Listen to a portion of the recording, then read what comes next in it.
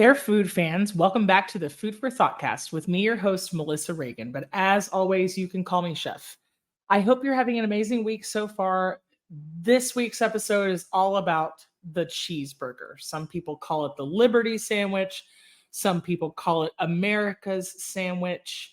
I call it delicious. So, in honor of National Cheeseburger Day, which was last Monday, September 18th, I want to talk a little bit about where it came from, what it looks like in each country, and where it's headed now. So let's get into it.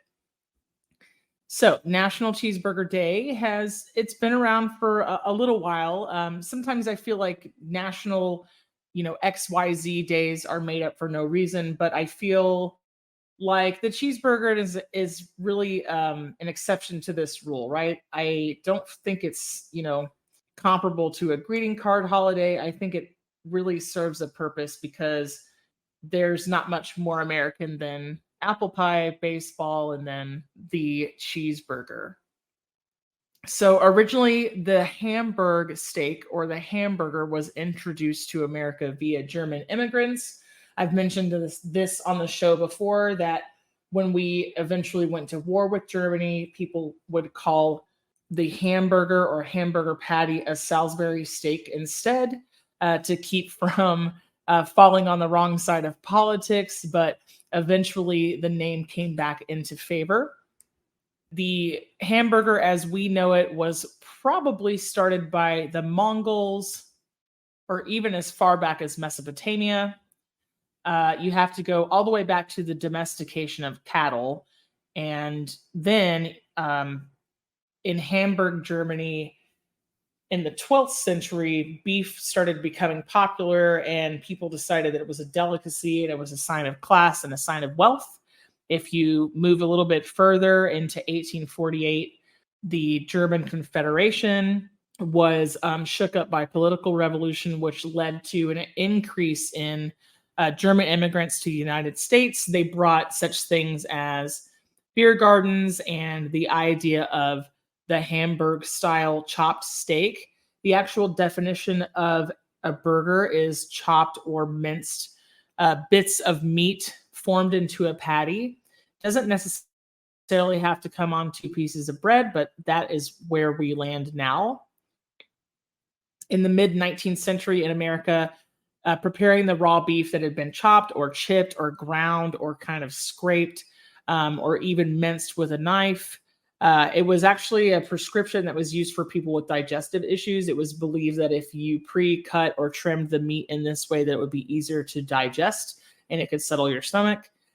There was a doctor in New York named James H. Salisbury, and he suggested in 1867 that cooked beef patties like this would be healthy.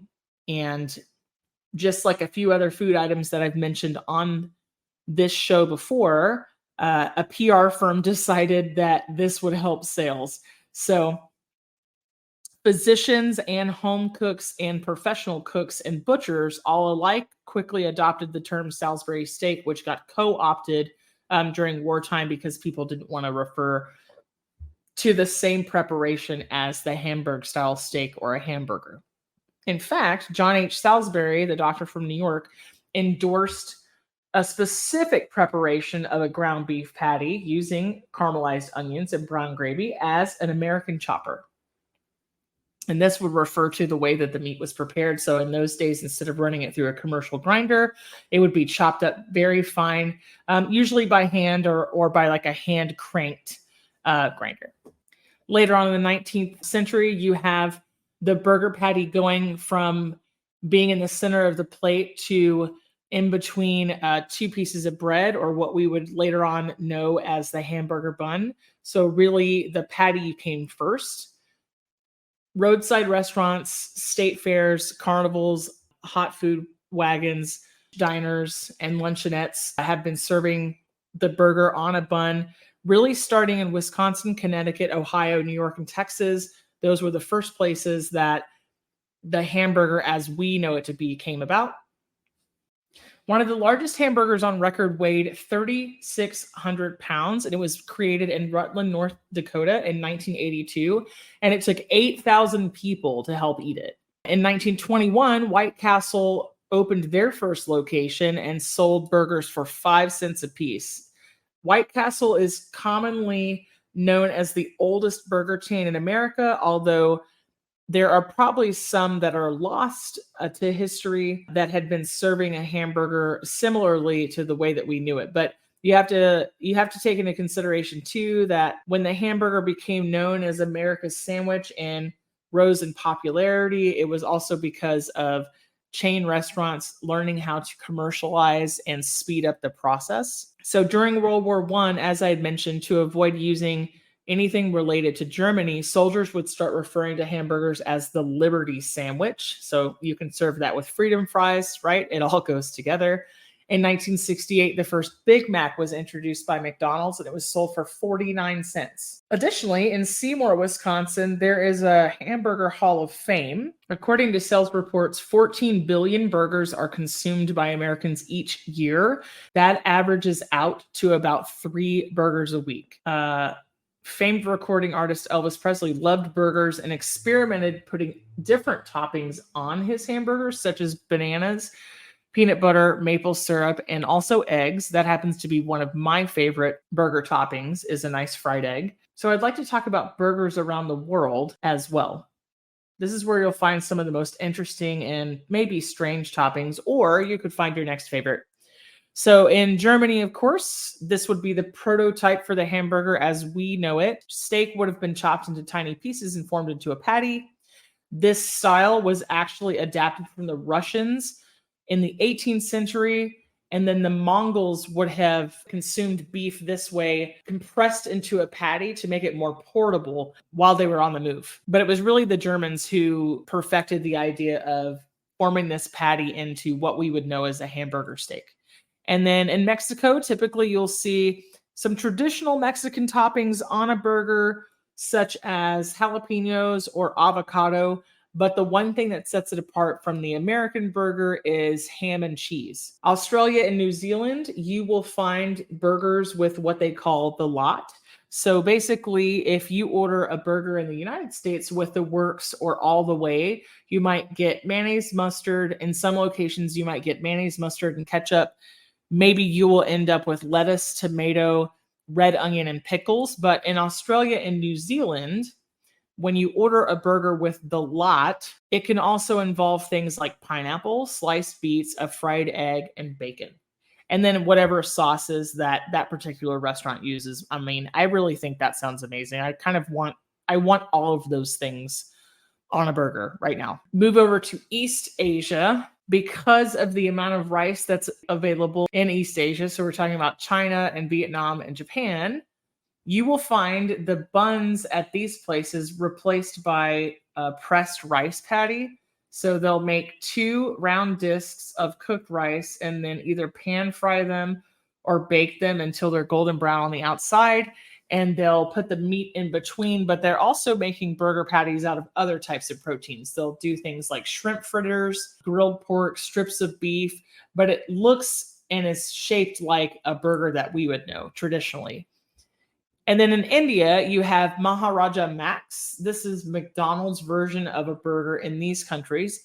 Because, of course, in India, you have large populations of Hindus and Muslims. And so one group not eating beef, the other group not eating pork. So they use 2 all chicken patties in their version of the Big Mac. And then also in Denmark, you'll find something called a boff sandwich. This is translated to mean beef sandwich. And what happens here is that there will be a really strong French-style Dijon mustard, ketchup, and then 3 different kinds of onions. You'll have raw onions, grilled onions, and then roasted onions that have been roasted so long that they're kind of crispy. So, right, you have all those textures at play. And then as you move around Denmark, you'll find different places are going to add things like beets, gravy, cabbage, remoulade. Remoulade is a seasoned regional type of mayonnaise condiment. It usually has pickles, capers. It can have hot chilies, maybe a little bit of anchovy, depending on where you're consuming that. And then in Serbia, they have their own version of a hamburger called pljeskavica, and this is a minced meat patty. So think about it in the way that it's not ground as fine as an American version of a burger patty, but the meat is minced up and it's still formed into a patty. But this could really be any kind of animal. This could be beef, lamb, pork, or veal, which is a younger or baby cow, with onions. It's usually eaten by itself, but sometimes, depending on where you order it, it could have a different type of cheese, bacon, ham, or chopped hot peppers as a topping. And then in China, believe it or not, some places will carry the local specialty that is the donkey burger. And that is exactly how it sounds. The patty is made using ground up donkey, which makes me extremely sad because I think donkeys are adorable. Like I've said before, I'm not a vegan, but I just figure, if that animal is good enough to carry Jesus, like maybe we don't want to grind it into a burger, but that's just me. So they make a flatbread. It's a little bit different from our traditional hamburger bun. And so instead of a brioche bun or a sourdough bun, or just a traditional white bread bun like you would see in the United States, they're using a layered flatbread called xiaobing. So you can think of this like it's going to have layers. So it's going to have some sort of flour encapsulating around fat to create these little air pockets. It's the same idea of how pie crust becomes flaky, but it's going to be more of a flatbread situation. So just like you would see a flatbread pizza here or some sort of focaccia, right? And then it's going to come along with cilantro and then spicy green peppers. And it goes all the way back to the Ming Dynasty. And this is a time in China where people were switching from eating horse to donkey. If anybody out there happens to try a donkey burger, you can let us know on social media, but that's not going to be one that I'm trying. In Japan, the Japanese burger scene is all over the place. So they have all sort of crazy combinations, such as chocolate and mustard chicken burgers. That's going to be a no for me, dog.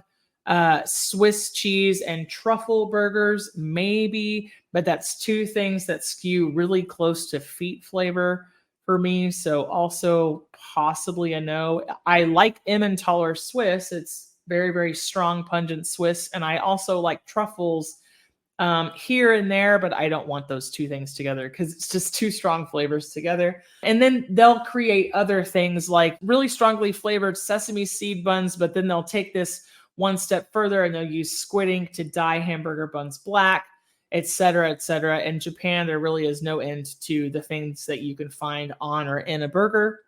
And then additionally, if you are looking around Pakistan, you can find what is called a Shami kebab burger. So these are served at fast food stalls. And this is kind of their play on a burger, but it still uses a meat patty. Usually it's lamb and lentils on a sweeter bread, something a little bit sweeter than what we would use for a burger bun. They're going to serve this with onions, ketchup, ginger, and maybe even scrambled eggs. And then finally in Canada, they have a hot hamburger sandwich. Their version is served with brown gravy and steak fries. And that sounds absolutely amazing. Actually, what I want to do is I want to take the steak fries, make those into poutine, which is fries, cheese curds, brown gravy. I'd like to add a little caramelized onions to mine. And then I want to pile all of that onto a burger with a fried egg on top. That's exactly what I want. That's a little bit about burgers around the world. Honestly, I think we have to bring it back to the original, right? And so at the very beginning of the time where hamburgers and cheeseburgers were becoming a thing, there were kind of these traditional toppings that are now cemented into our cultural consciousness. One of those is certainly cheese. It takes the humble hamburger to a cheeseburger. And then some other toppings that you have as options, right, in a more traditional setting is always going to be mushrooms, tomatoes, eggs, chili, lettuce, avocado, chopped green chilies, depending on what part of the country you're eating your burger in, bacon, of course, pickles, assorted condiments, right? Ketchup, mustard, Thousand Island, which is really ketchup, mayonnaise, and pickle relish together. Sorry to burst your bubble. It's not that special, but it's still delicious. Mayonnaise and any variety of mayonnaise. So this could be flavored things like chipotle mayo or pesto mayo or red pepper mayonnaise. Good old ranch dressing. Relish itself, which I think this is really odd, but apparently some people put it on burgers. I prefer it on hot dog myself. Barbecue sauce, onions, and then all sort of cheeses. This could be anything from blue cheese, brie, cheddar, provolone, Swiss, pepper jack. My personal favorite cheese on any burger is going to be American. I understand that it's a certain percentage of plastic cheese, but it melts really well and you won't convince me otherwise. And at the end of this episode, you can take my chef card away from me. I'm totally fine with that. Thank you very much. Let's talk about some of the most amazing burgers in the United States. First, we have to start at the Shack in San Antonio, Texas. They serve a burger that is called the Big Cheese. The total burger weighs in at 2 pounds. It has 4 half-pound beef patties topped with every kind of cheese they have in the kitchen. That's 2 slices of American, 2 slices of pepper jack, 2 slices of Swiss, a handful of shredded cheddar cheese, and then a ladle full of nacho cheese. Next up is the Y'all Burger from NFA Burger in Dunwoody, Georgia.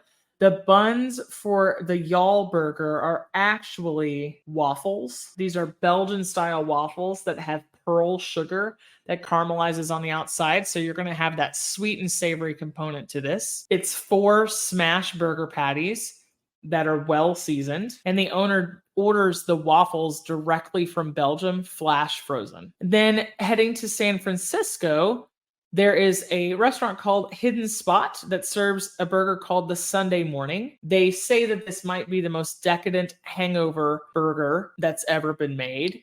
It comes with honey-cured bacon, tater tots, a fried egg. All of this is piled on a Wagyu beef patty. Remember, Wagyu is going to be those ratings of A5 and higher. It's going to be that well-marbled beef that's raised a specific way, just like we might have something grass-fed in the United States, grain-fed or grain-fed and grass-finished. That Wagyu beef is going to be extremely marbled and tender, and it's going to have a little bit of a different flavor profile. So you can imagine how rich the beef patty is. It has spicy mayo, habanero aioli, pickled jalapenos, and the restaurant's hidden sauce, named for the place, right? Because it's called a Hidden Spot. They tout this as a hangover cure, and of course, they recommend that you order it with a Bloody Mary.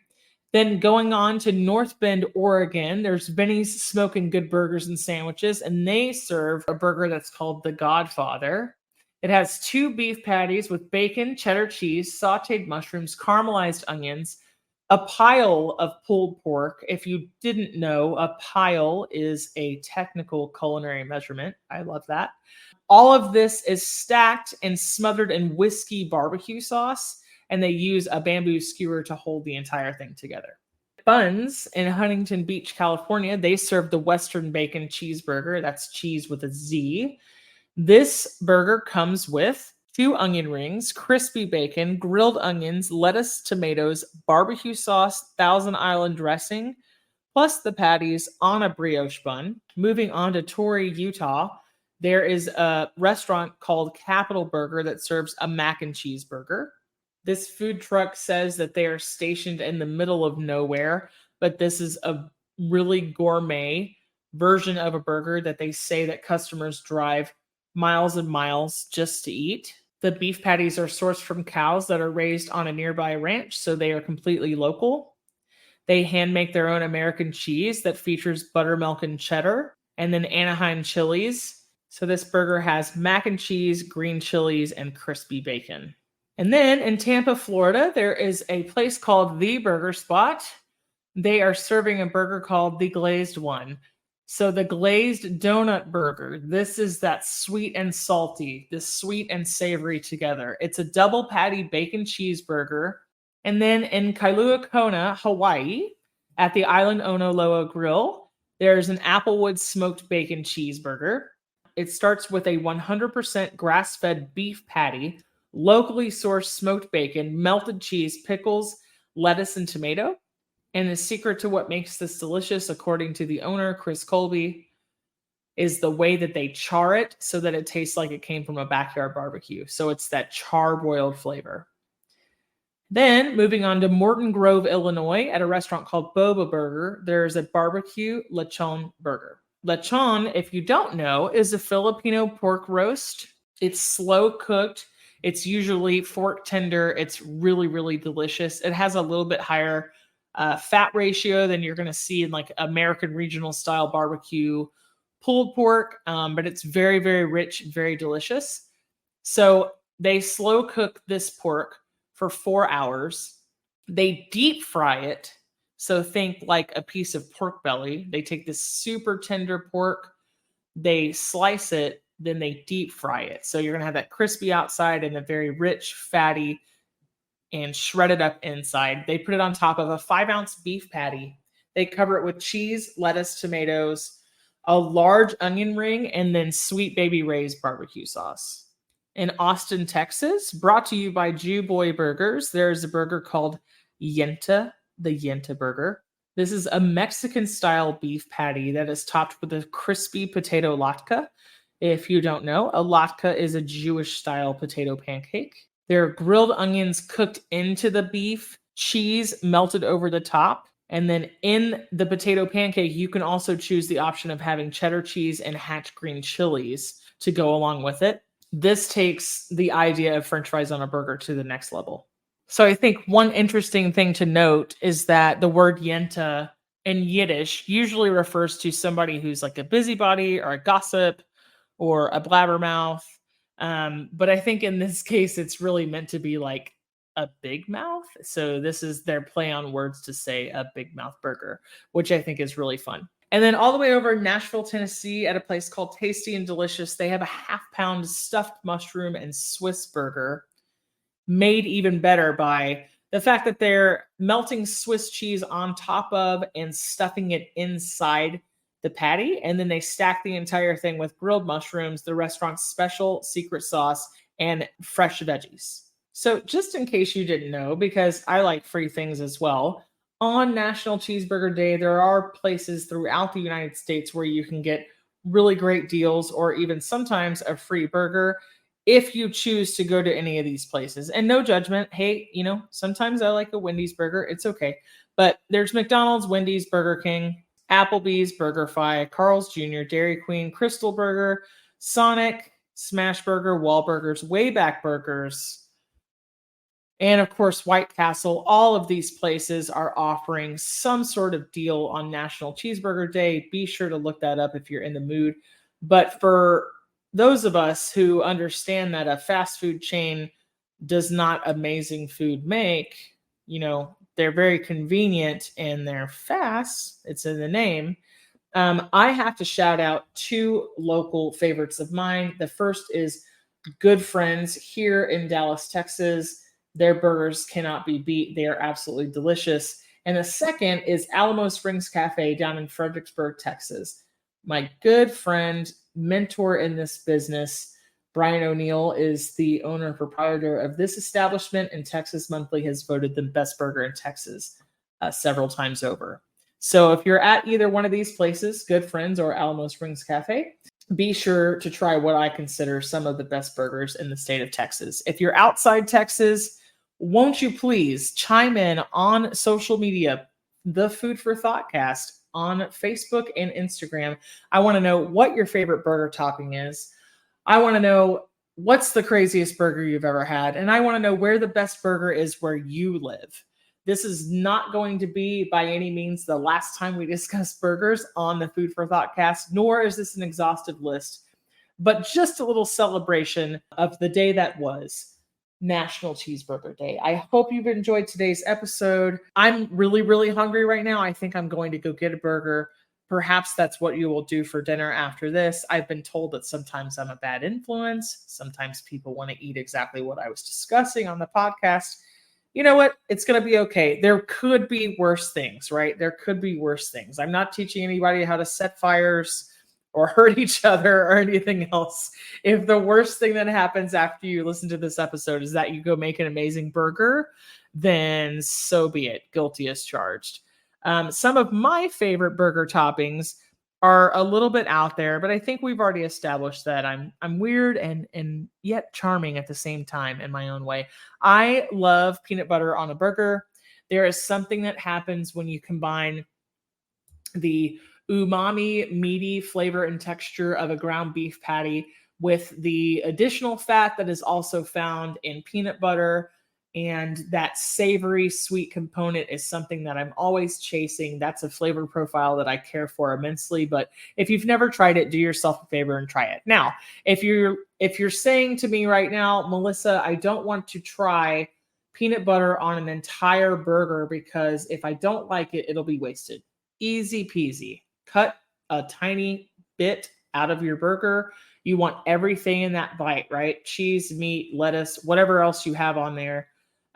Everything is going to go well with peanut butter, I promise you. Unless you're allergic to peanuts, and then don't do it. And don't say I told you to do it. But yeah, cut your burger in quarters. Put a little peanut butter on the quarter to make sure. And hey, if you don't like it, then you've still got a 3/4 of a burger that you know you will like.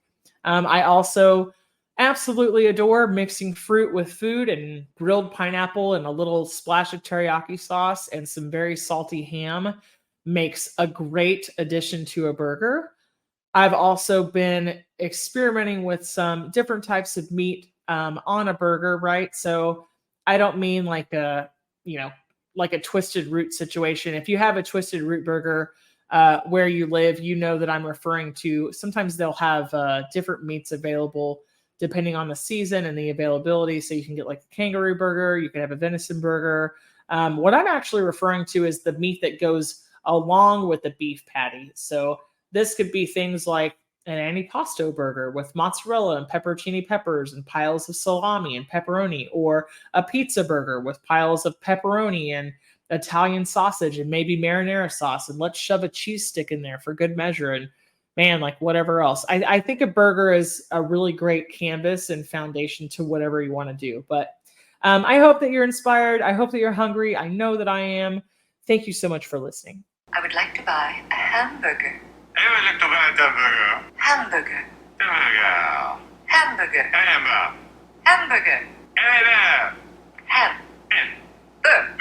Hamburger. Thanks so much for listening today. You are part of what makes us special, and we are so glad you joined us. Don't forget to rate, subscribe, and leave a review. Just like food, delicious podcasts are better when you share them with others.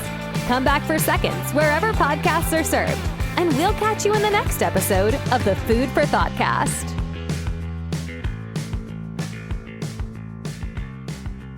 You can find us on Facebook and Instagram at the Food for Thoughtcast, or at www.foodforthoughtcast.com, where you can link to all podcast players, or you can send us an email at foodforthoughtcmc@gmail.com.